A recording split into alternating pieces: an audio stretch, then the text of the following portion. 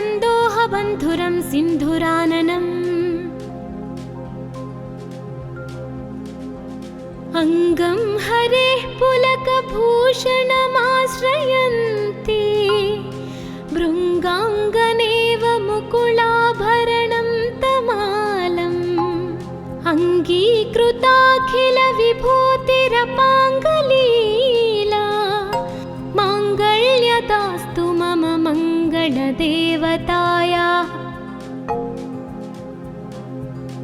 मुग्धा मुहुर्विदधति वदने मुरारेः प्रेमत्रपाप्रणिहितानि गतागतानि मालातृशोर्मधुकरेव महोत्पलेया सा मे श्रियं दिशतु सागरसम्भवायाः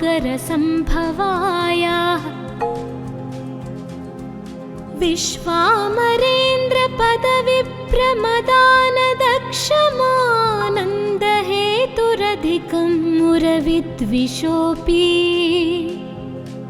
ईशन्निषीदतु मयि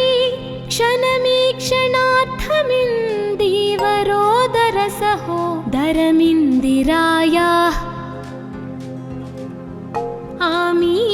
आमीलिताक्षमधिगम्य मुदा मुकुन्दमानन्दकन्दमनिमेषमनं गतन्त्रम् आकेकरस्थितकनेनिकपक्ष्मनेत्रम् भूत्यै भवेन्मम भुजङ्गशयाङ्गनाया बह्वन्तरे धुजिता श्रितकौस्तुभेया हारावलीव हरिनीलमयी विभाति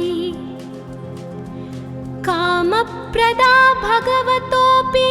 कटाक्षमाला कल्याणमावहतु मे कमलालयाया कालाम्बुदालिललितो रसिकैटभारेर्धाराधरे स्फुरति या तटिदङ्गनेव मातुः समस्तजगतां महनीयमूर्तिः भद्राणि मे दिशतु भार्गवनन्दनाया प्राप्तं पदं प्रथमतः खलु यत्प्रभावान् माङ्गल्यभाजि मधुमाधिनि मन्मथेन मय्यापतेत्तदिह मन्थरमीक्षणार्थम् मन्दालसञ्च मकरालयकन्यकाया दद्याद्दयानुपवनो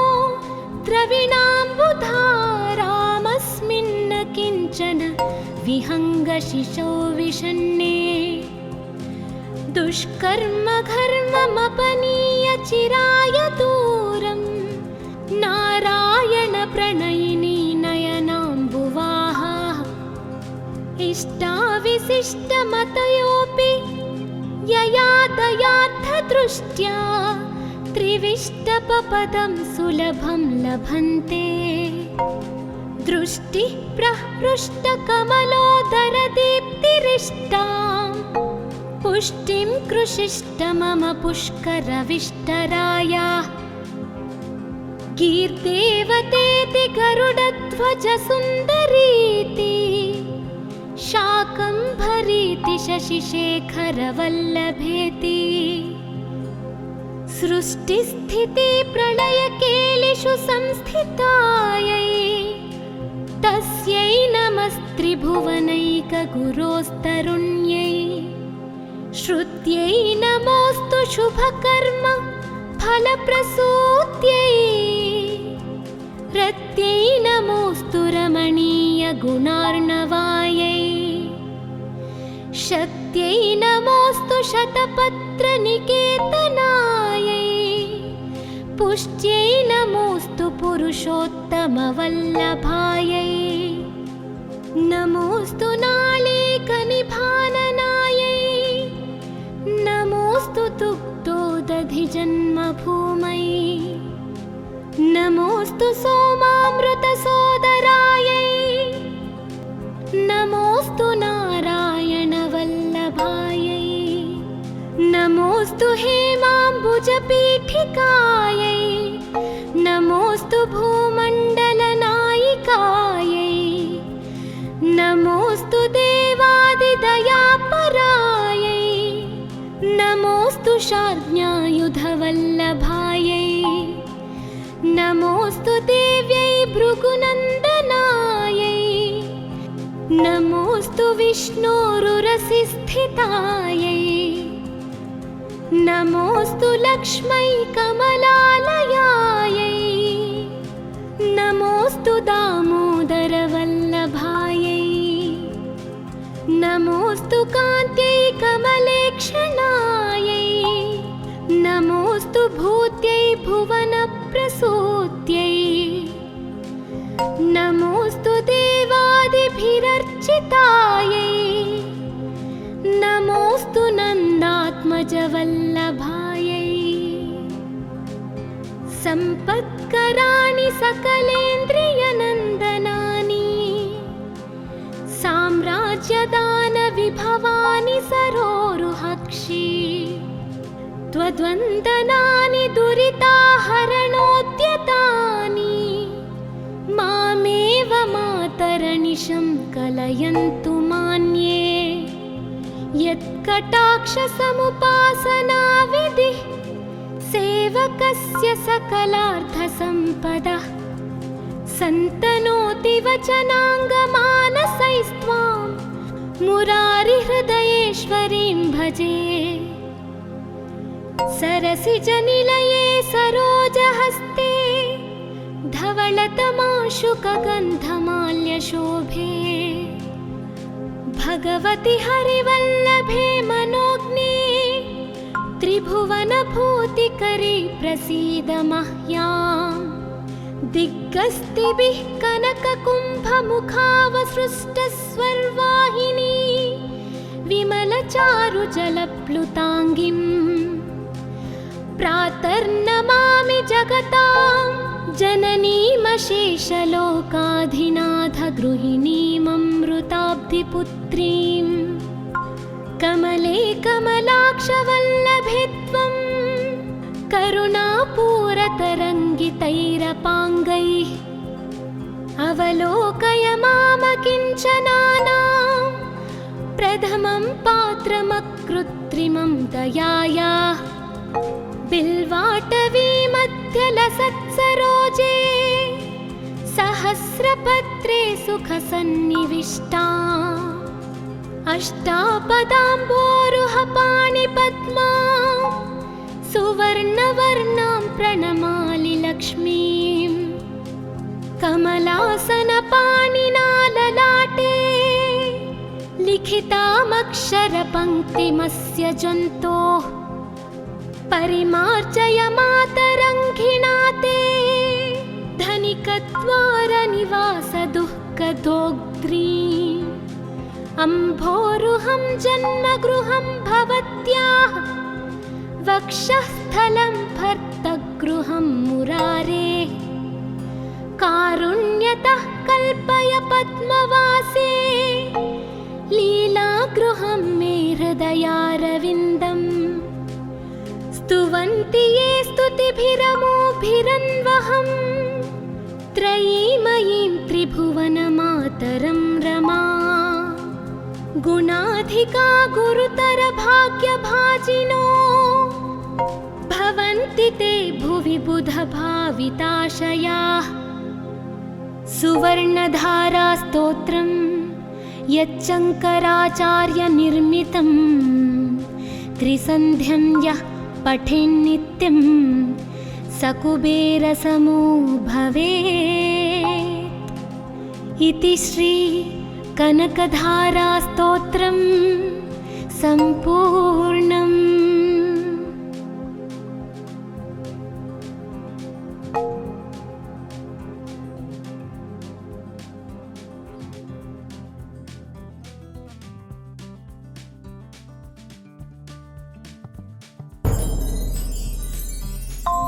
वन्दे वन्दारुमन्दारमिन्दिरानन्दकन्दलम्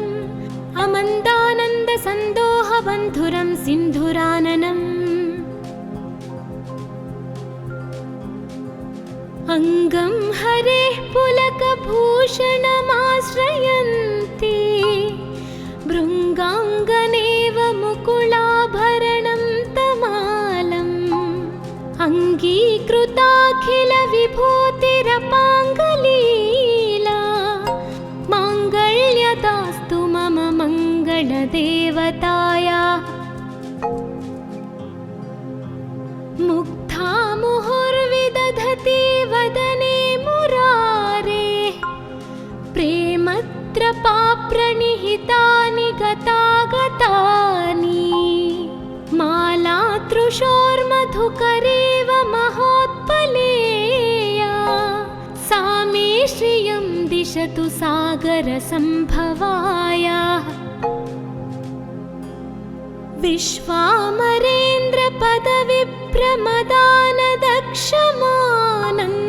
विश्वामरेन्द्रपदविप्रमदानदक्षमानन्दहेतुरधिकं मुरविद्विषोऽपि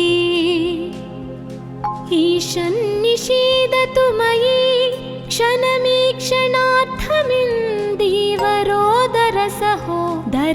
क्षणमीक्षणार्थमिन्दीवरोदरसहोदरमिन्दिरायाः आमीलिताक्षमधिगम्य मुदा मुकुन्दमानन्दकन्दमनिमेषमनं गतन्त्रम् आकेकरस्थितकनेनिकपक्ष्मनेत्रम् भूत्यै भवेन्मम भुजङ्गशयाङ्गनायाः बह्वन्तरे धुजिता श्रितकौस्तुभेयाः हारावलीव हरिनीलमयी विभाति कामप्रदा भगवतोऽपि कटाक्षमाला कल्याणमावहतु मे कमलालयायाः कालाम्बुदालिललितो रसिकैटभारेर्धाराधरे स्फुरति या तटिदङ्गनेव मातुः समस्तजगतां महनीयमूर्तिः भद्राणि मे दिशतु भार्गवनन्दनायाः प्राप्तं पदं प्रथमतः खलु यत्प्रभावान् माङ्गल्यभाजि मधुमाधिनि मन्मथेन मय्यापतेत्तदिह मन्थरमीक्षणार्थम् मन्दालसञ्च मकरालयकन्यकायाः दद्याद्दयानुपवनो द्रविणाम्बुधारामस्मिन् किञ्चन विहङ्गशिशौ विषण्णे दुष्कर्मघर्ममपनीय चिराय दूरं नारायणप्रणयिनी नयनाम्बुवाहाः इष्टाविशिष्टमतयोऽपि यया दयार्थदृष्ट्या त्रिविष्टपपदं सुलभं लभन्ते दृष्टिः प्रहृष्टकमलोदरदीप्तिरिष्टां पुष्टिं कृषिष्ट मम पुष्करविष्टरायाः कीर्देवतेति गरुडध्वजसुन्दरीति शाकम्भरीति शशिशेखरवल्लभेति सृष्टिस्थितिप्रलयकेलिषु संस्थितायै तस्यै नमस्त्रिभुवनैकगुरोस्तरुण्यै श्रुत्यै नमोऽस्तु शुभकर्म फलप्रसूत्यै रत्यै नमोऽस्तु रमणीयगुणार्णवायै शक्त्यै नमोऽस्तु शतपत्रनिकेतनायै पुष्ट्यै नमोऽस्तु पुरुषोत्तमवल्लभायै नमोऽस्तु नालीकनिभाननायै नमोऽस्तु दुग्धोदधिजन्मभूमै नमोऽस्तु सोमामृतसोदरायै नमोऽस्तु नारायणवल्लभायै नमोऽस्तु हेमाम्बुजपीठिकायै नमोऽस्तु भूमण्डलनायिकायै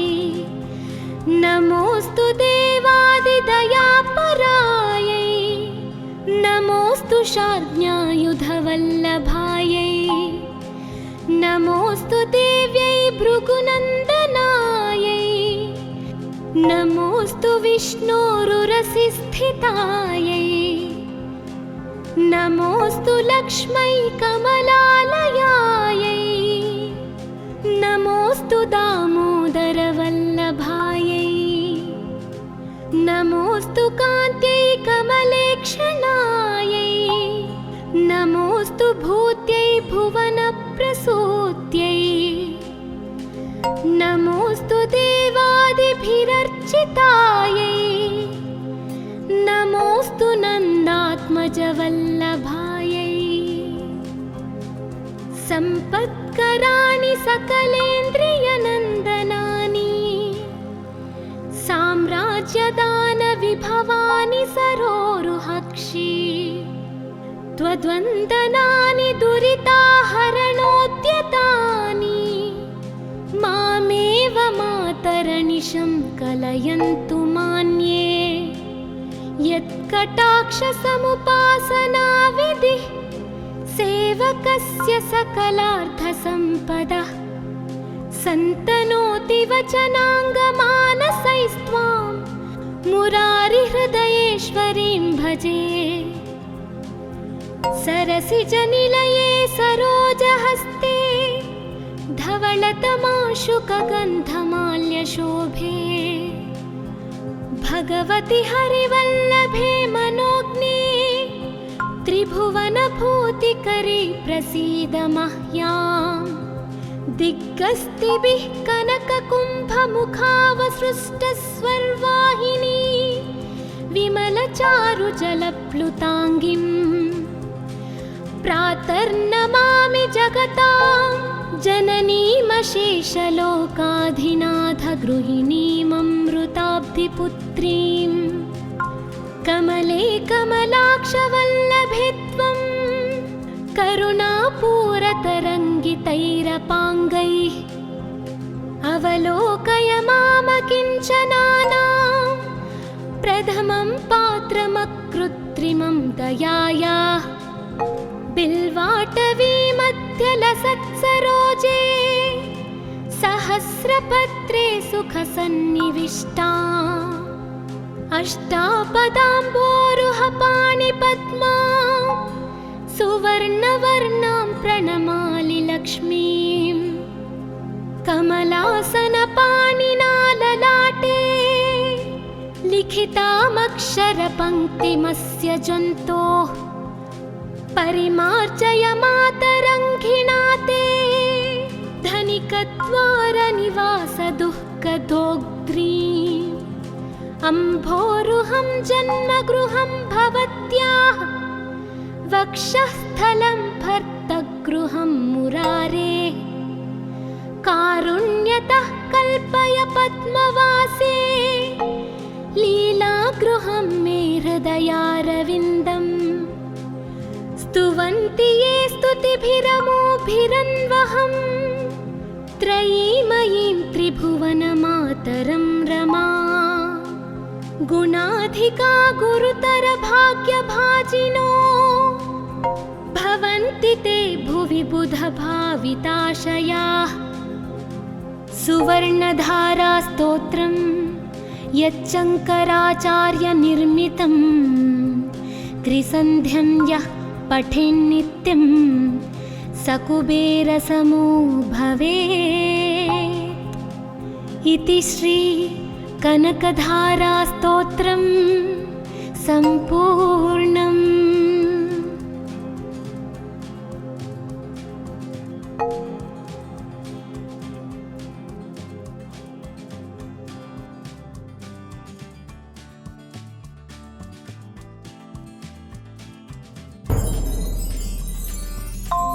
वन्दे वन्दारुमन्दारमिन्दिरानन्दकन्दलम् अमन्दानन्दसन्दोहबन्धुरं सिन्धुराननम् अङ्गं हरेः पुलकभूषणमाश्रयन्ति भृङ्गाङ्गनेव मुकुलाभरणं तमालम् अङ्गीकृताखिलवि विभूतिरपाङ्गलीला माङ्गल्यदास्तु मम मङ्गलदेवतायाः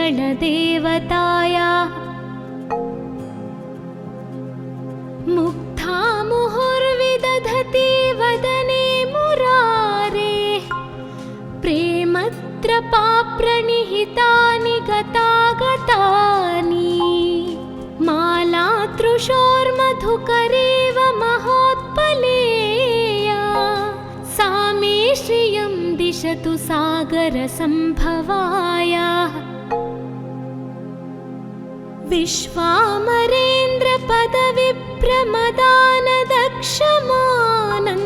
विश्वामरेन्द्रपदविप्रमदानदक्षमानन्दहेतुरधिकं मुरविद्विषोऽपि ईशन्निषीदतु मयि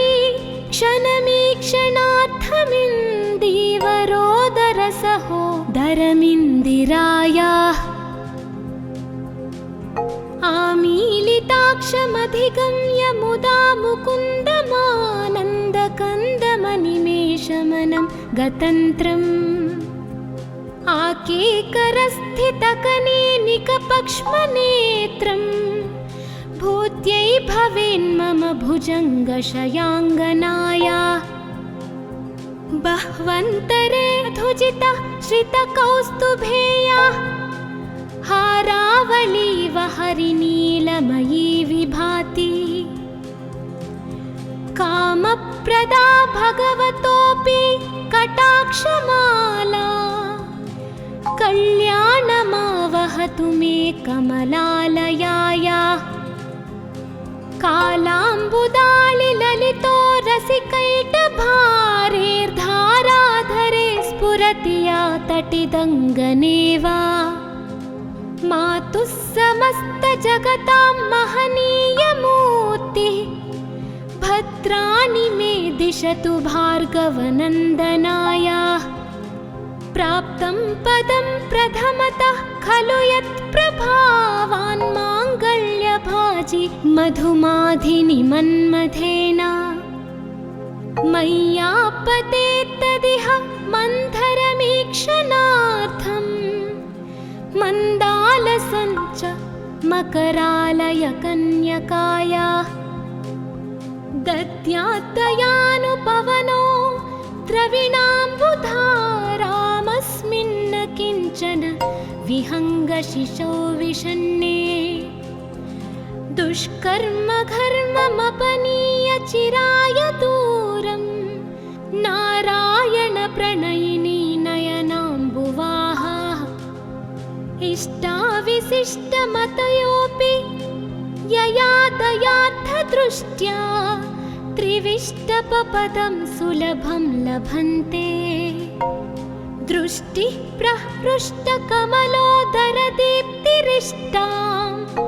पुष्टिं कृषिष्ट मम पुष्करविष्टरायाः कीर्देवतेति गरुडध्वजसुन्दरीति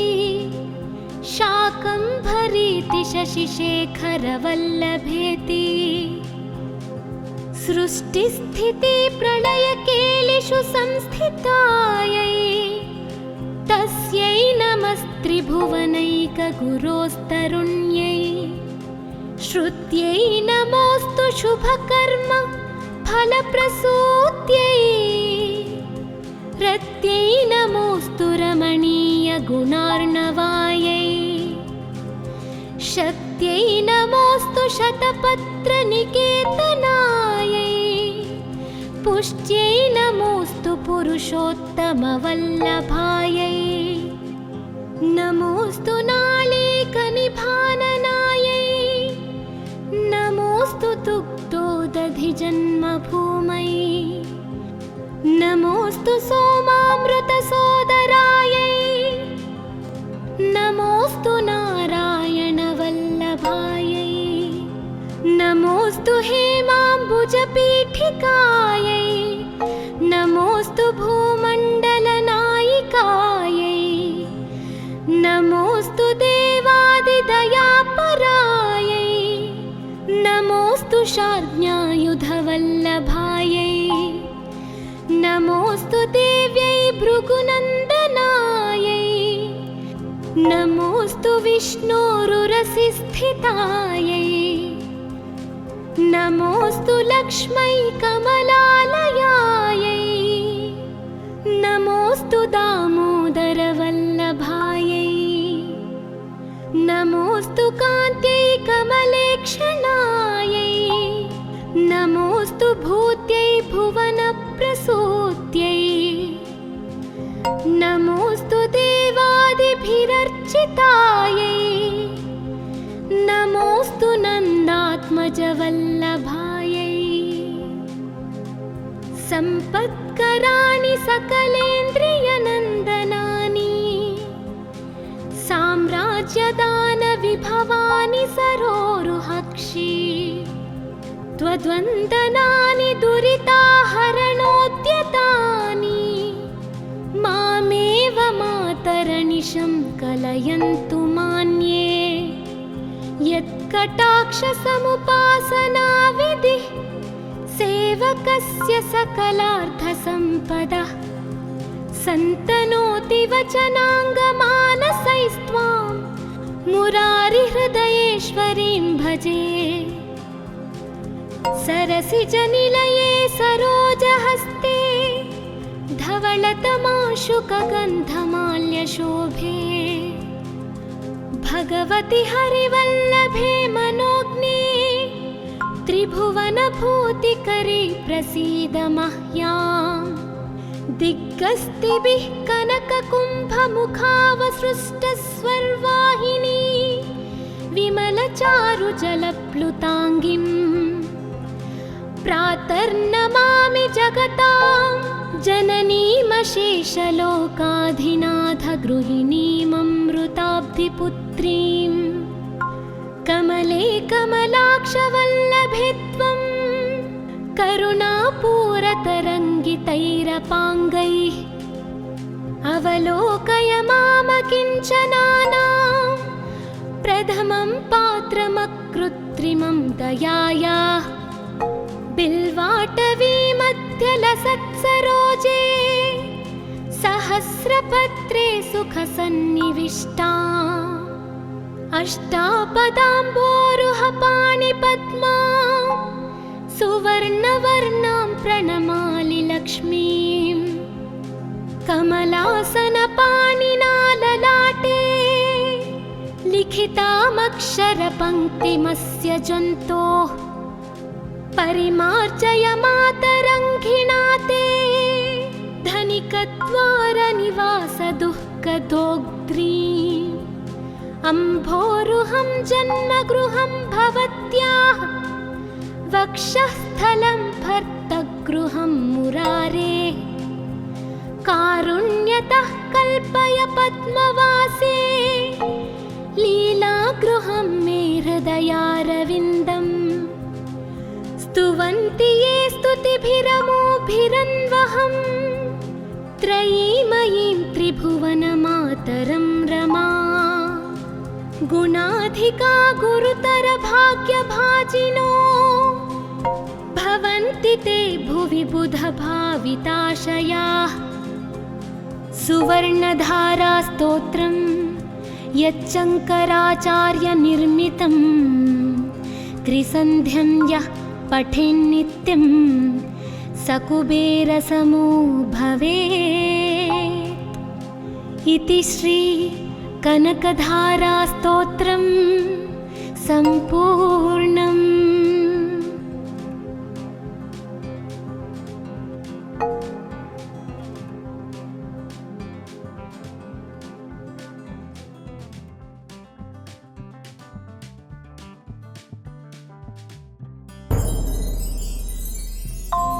वन्दे वन्दारुमन्दारमिन्दिरानन्दकन्दलम् अमन्दानन्दसन्दोहबन्धुरं सिन्धुराननम् अङ्गं हरेः पुलकभूषणमाश्रयन्ति भृङ्गाङ्गनेव मुकुलाभरणं तमालम् अङ्गीकृताखिलविभूतिरपाङ्गलीला माङ्गल्यदास्तु मम मङ्गलदेवता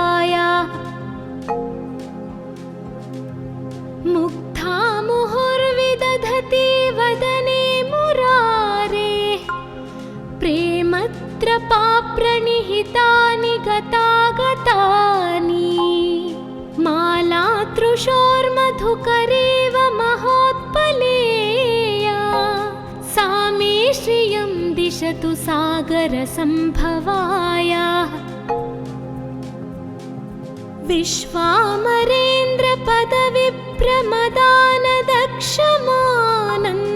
विश्वामरेन्द्रपदविप्रमदानदक्षमानन्दहेतुरधिकं मुरविद्विषोऽपि ईशन्निषीदतु मयि क्षणमीक्षणार्थमिन्दीवरोदरसहोदरमिन्दिरायाः आमीलिताक्षमधिगम्य मुदा मुकुन्दमानन्दकन्दमनिमेषमनं गतन्त्रम् आकेकरस्थितकनेनिकपक्ष्मनेत्रम् भूत्यै भवेन्मम भुजङ्गशयाङ्गनाया बह्वन्तरे धुजिता श्रितकौस्तुभेया हारावलीव हरिनीलमयी विभाति कामप्रदा भगवतोऽपि कटाक्षमाला कल्याणमावहतु मे कमलालयाया कालाम्बुदालिललितो रसिकैटभारेर्धाराधरे स्फुरति या तटिदङ्गनेव मातुः समस्तजगतां महनीयमूर्तिः भद्राणि मे दिशतु भार्गवनन्दनाया प्राप्तं पदं प्रथमतः खलु यत्प्रभावान् माङ्गल्यभाजि मधुमाधिनि मन्मथेन मय्यापतेत्तदिह मन्थरमीक्षणार्थम् मन्दालसञ्च मकरालयकन्यकाया दद्याद्दयानुपवनो द्रविणाम्बुधारामस्मिन्न किञ्चन विहङ्गशिशौ विषण्णे दुष्कर्म घर्ममपनीय चिराय दूरं नारायण प्रणयिनी नयनाम्बुवाहा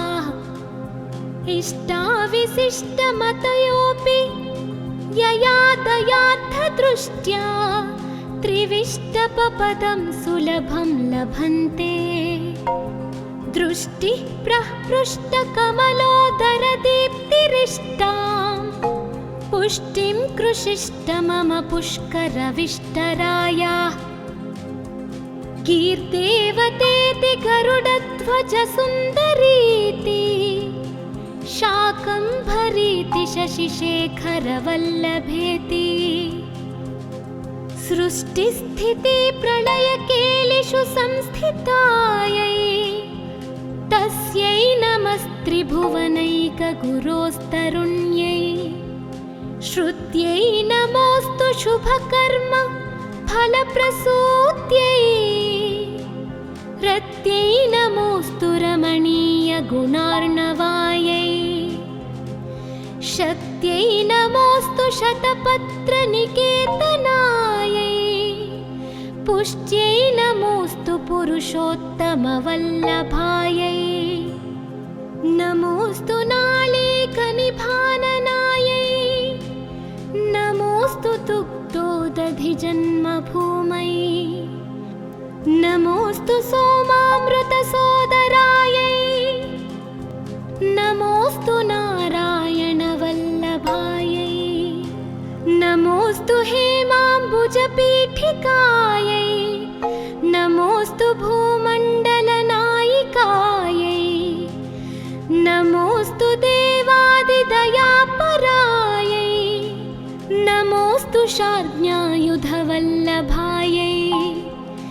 नमोऽस्तु देव्यै भृगुनन्दनायै नमोऽस्तु विष्णोरुरसिस्थितायै नमोऽस्तु लक्ष्मै कमलालयायै नमोऽस्तु दामोदरवल्लभायै नमोऽस्तु कान्त्यै कमलेक्षणायै नमोऽस्तु भूत्यै भुवनप्रसूत्यै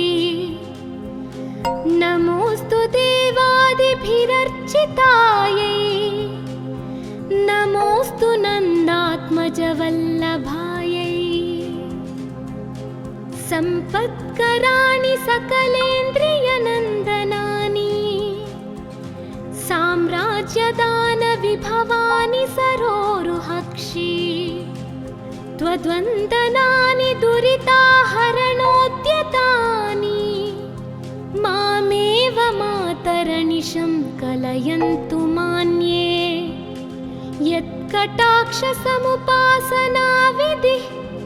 सेवकस्य सकलार्थसम्पदः सन्तनोति वचनाङ्गमानसैस्त्वां मुरारिहृदयेश्वरीं भजे। सरसिजनिलये सरोजहस्ते धवलतमाशुकगन्धमाल्यशोभे भगवति हरिवल्लभे मनोज्ञे त्रिभुवनभूतिकरी प्रसीद मह्याम्। दिग्गस्तिभिः कनककुम्भमुखावसृष्टस्वर्वाहिनी विमलचारुजलप्लुताङ्गीं प्रातर्नमामि जगतां जननीमशेषलोकाधिनाथगृहिणीममृताब्धिपुत्रीं। कमले कमलाक्षवल्लभे त्वं करुणापूरतरङ्गितैरपाङ्गैः अवलोकय मामकिञ्चनानां प्रथमं पात्रमकृत्रिमं दयायाः। बिल्वाटवीमध्यलसत्सरोजे सहस्रपत्रे सुखसन्निविष्टा अष्टापदाम्बोरुहपाणिपद्मा सुवर्णवर्णां प्रणमामि लक्ष्मीं। कमलासनपाणिना ललाटे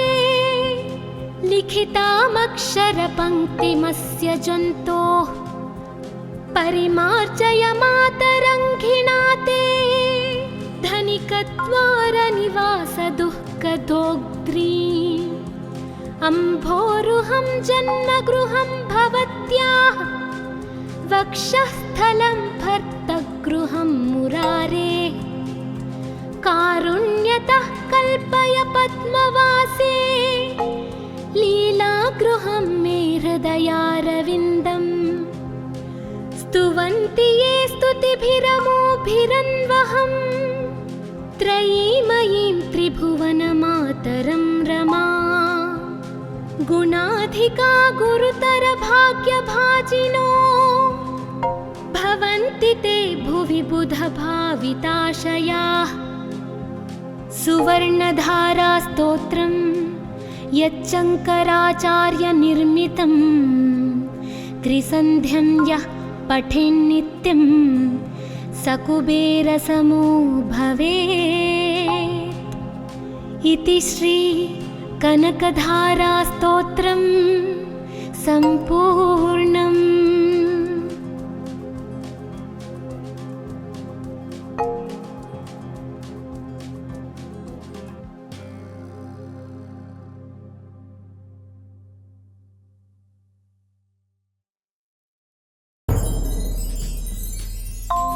वन्दे वन्दारुमन्दारमिन्दिरानन्दकन्दलम्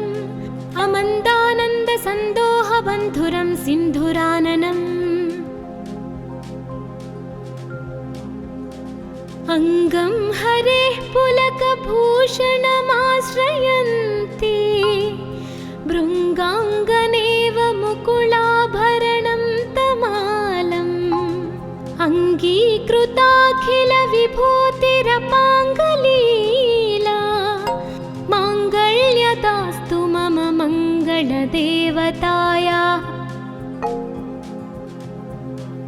मुग्धा मुहुर्विदधति वदने मुरारेः प्रेमत्रपाप्रणिहितानि गतागतानि। मालातृशोर्मधुकरेव महोत्पलेया सा मे श्रियं दिशतु सागरसम्भवायाः। विश्वामरेन्द्रपदविप्रमदानदक्षमानन्दहेतुरधिष्ठानकरी अधिकं मुरविद्विषोऽपि ईशन्निषीदतु मयि क्षणमीक्षणार्थमिन्दीवरोदरसहोदरमिन्दिरायाः आमीलिताक्षमधिगम्य मुदा मुकुन्दमानन्दकन्दमनिमेषमनं गतन्त्रम् आकेकरस्थितकनेनिकपक्ष्मनेत्रम् भूत्यै भवेन्मम भुजङ्गशयाङ्गनाया बह्वन्तरे धुजिता श्रितकौस्तुभेया हारावलीव हरिनीलमयी विभाति कामप्रदा भगवतोऽपि कटाक्षमाला कल्याणमावहतु मे कमलालयाया कालाम्बुदालिललितो रसिकैटभारेर्धाराधरे स्फुरति या तटिदङ्गने वा मातुः समस्तजगतां महनीयमूर्तिः भद्राणि मे दिशतु भार्गवनन्दनाया प्राप्तं पदं प्रथमतः खलु यत्प्रभावान् माङ्गल्यभाजि मधुमाधिनि मन्मथेन मय्यापतेत्तदिह मन्थरमीक्षणार्थम् मन्दालसञ्च मकरालयकन्यकाया दद्यात्तयानुपवनो द्रविणाम्बुधारामस्मिन्न किञ्चन विहङ्गशिशौ विषण्णे दुष्कर्म घर्ममपनीय चिराय दूरं नारायण प्रणयिनी नयनाम्बुवाहा इष्टाविशिष्टमतयोऽपि यया दयार्थदृष्ट्या त्रिविष्टपपदं सुलभं लभन्ते दृष्टिः प्रहृष्टकमलोदरदीप्तिरिष्टां पुष्टिं कृषिष्ट मम पुष्करविष्टराया गीर्देवतेति गरुडध्वजसुन्दरीति शाकम्भरीति शशिशेखरवल्लभेति सृष्टिस्थितिप्रलयकेलिषु संस्थितायै तस्यै नमस्त्रिभुवनैकगुरोस्तरुण्यै श्रुत्यै नमोऽस्तु शुभकर्म फलप्रसूत्यै रत्यै नमोऽस्तु रमणीयगुणार्णवायै शक्त्यै नमोऽस्तु शतपत्रनिकेतनायै पुष्ट्यै नमोऽस्तु पुरुषोत्तमवल्लभायै नमोऽस्तु नालीकनिभाननायै नमोऽस्तु दुग्धोदधिजन्मभूमयै नमोऽस्तु सोमामृतसोदरायै नमोऽस्तु नारायणवल्लभायै नमोऽस्तु हेमाम्बुजपीठिकायै नमोऽस्तु भूमण्डलनायिकायै नमोऽस्तु देवादिदयापरायै नमोऽस्तु शार्ङ्ग्यायुधवल्लभायै नमोऽस्तु देव्यै भृगुनन्दनायै नमोऽस्तु विष्णोरुरसिस्थितायै नमोऽस्तु लक्ष्मै कमलालयायै नमोऽस्तु दामोदरवल्लभायै नमोऽस्तु कान्त्यै कमलेक्षणायै नमोऽस्तु भूत्यै भुवनप्रसूत्यै नमोऽस्तु देवादिभिरर्चितायै नमोऽस्तु नन्दात्मजवल्लभायै सम्पत्कराणि सकलेन्द्रियनन्दनानि साम्राज्य राज्यदानविभवानि सरोरुहक्षी त्वद्वन्दनानि दुरिताहरणोद्यतानि मामेव मातरनिशं कलयन्तु मान्ये यत्कटाक्षसमुपासनाविधिः सेवकस्य सकलार्थसम्पदः सन्तनोति वचनाङ्गमानसैस्त्वां मुरारिहृदयेश्वरीं भजे सरसिजनिलये सरोजहस्ते धवलतमाशुकगन्धमाल्यशोभे भगवति हरिवल्लभे मनोज्ञे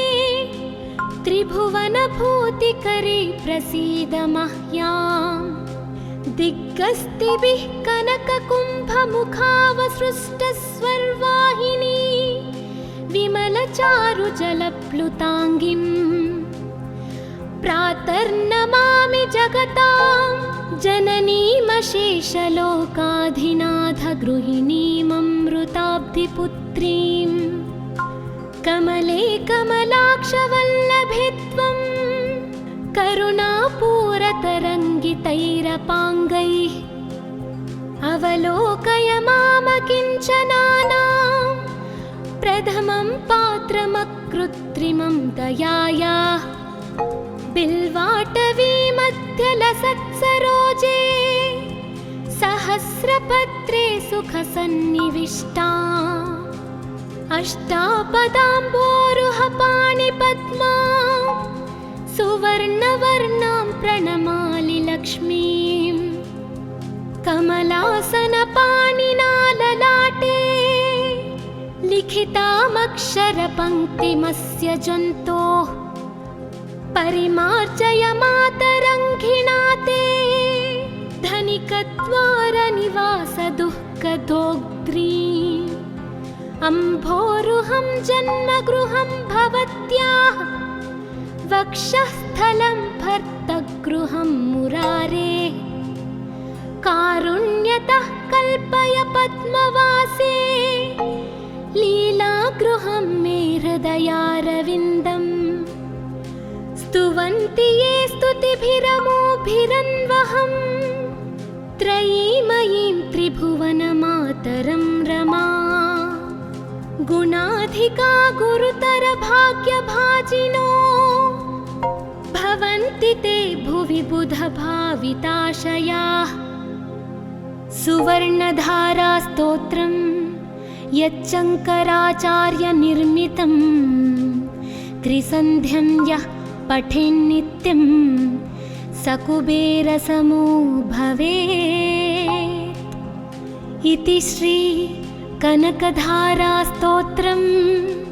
सम्पूर्णम्।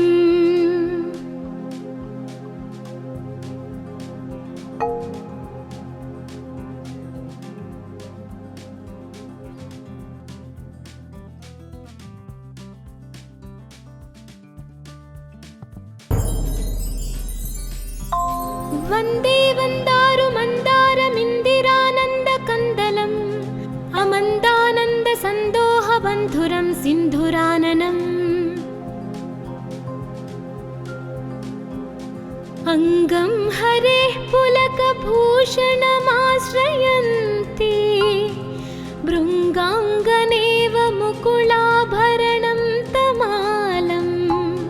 अङ्गीकृताखिलविभूतिरपाङ्गलीला माङ्गल्यदास्तु मम मङ्गलदेवतायाः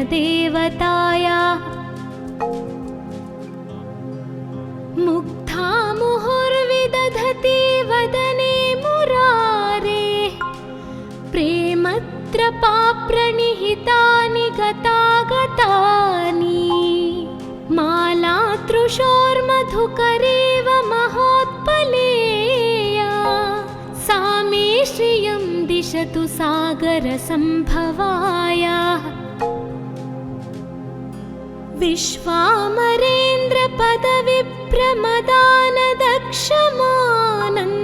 विश्वामरेन्द्रपदविभ्रमदानदक्षमानन्दहेतुरधिकं मुरविद्विषोऽपि ईशन्निषीदतु मयि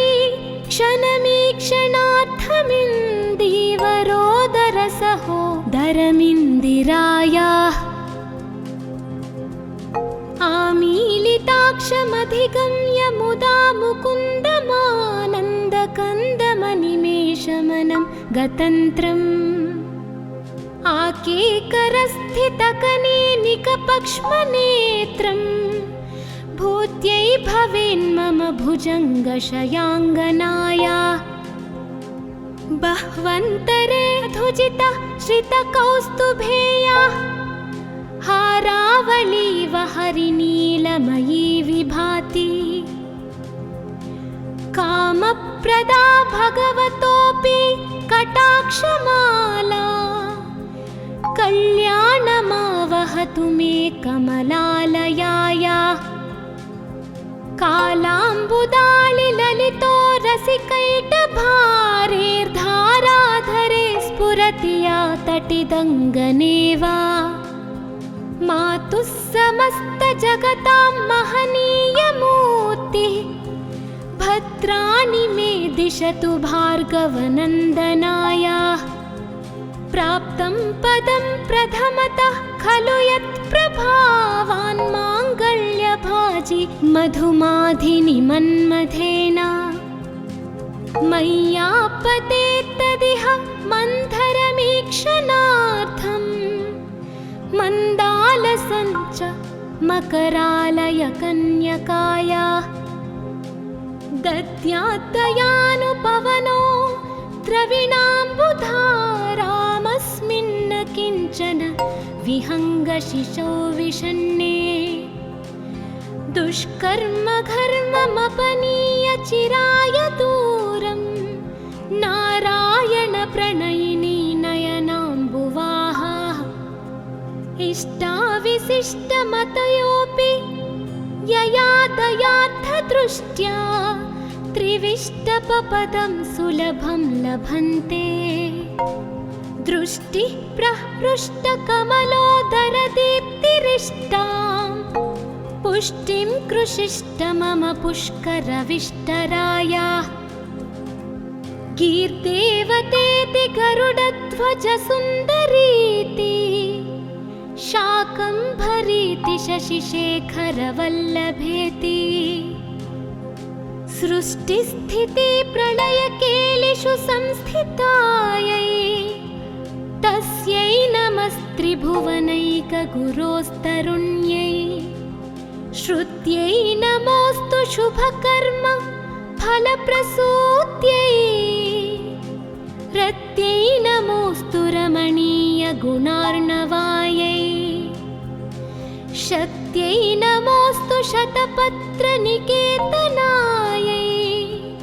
पुष्ट्यै नमोऽस्तु पुरुषोत्तमवल्लभायै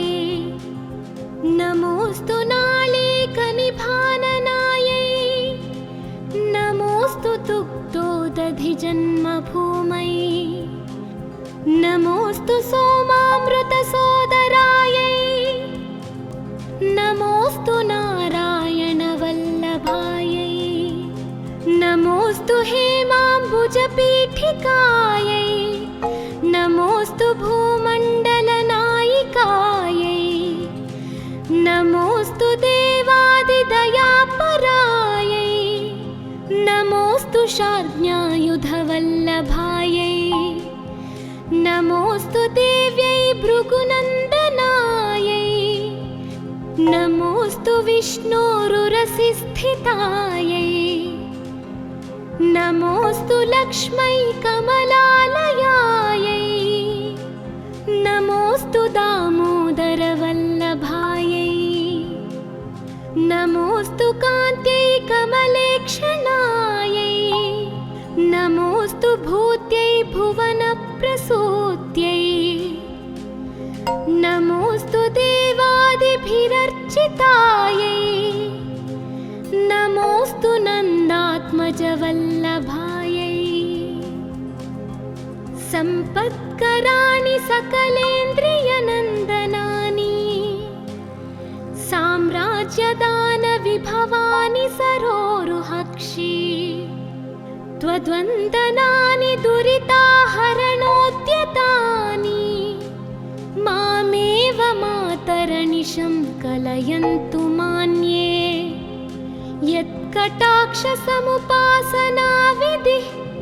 सेवकस्य सकलार्थसम्पदः सन्तनोति वचनाङ्गमानसैस्त्वां मुरारिहृदयेश्वरीं भजे। सरसिजनिलये सरोजहस्ते धवलतमाशुकगन्धमाल्यशोभे भगवति हरिवल्लभे मनोज्ञे त्रिभुवनभूतिकरी प्रसीद मह्याम्। दिग्गस्तिभिः कनककुम्भमुखावसृष्टस्वर्वाहिनी विमलचारुजलप्लुताङ्गीं प्रातर्नमामि जगतां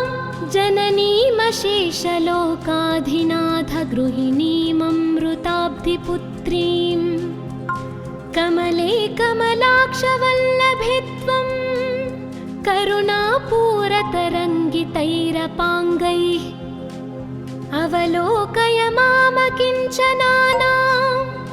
प्रथमं पात्रमकृत्रिमं दयायाः। बिल्वाटवीमध्यलसत्सरोजे सहस्रपत्रे सुखसन्निविष्टा अष्टापदाम्बोरुहपाणिपद्मा सुवर्णवर्णां प्रणमामि लक्ष्मीं। कमलासनपाणिना ललाटे लिखितामक्षरपङ्क्तिमस्य जन्तोः परिमार्जय मातरङ्घिणा ते धनिकद्वारनिवासदुःखदोग्ध्रीम्। अम्भोरुहं जन्मगृहं भवत्याः वक्षःस्थलं भर्तगृहं मुरारेः। कारुण्यतः कल्पय पद्मवासे लीलागृहं मे हृदयारविन्दम्। स्तुवन्ति ये स्तुतिभिरमोभिरन्वहं त्रयीमयीं त्रिभुवनमातरं रमा। गुणाधिका गुरुतरभाग्यभाजिनो भवन्ति ते भुवि बुधभाविताशयाः। सुवर्णधारास्तोत्रं यच्चङ्कराचार्यनिर्मितं त्रिसन्ध्यं यः पठेन्नित्यं स कुबेरसमो भवेत्। इति श्री कनकधारास्तोत्रं सम्पूर्णम्।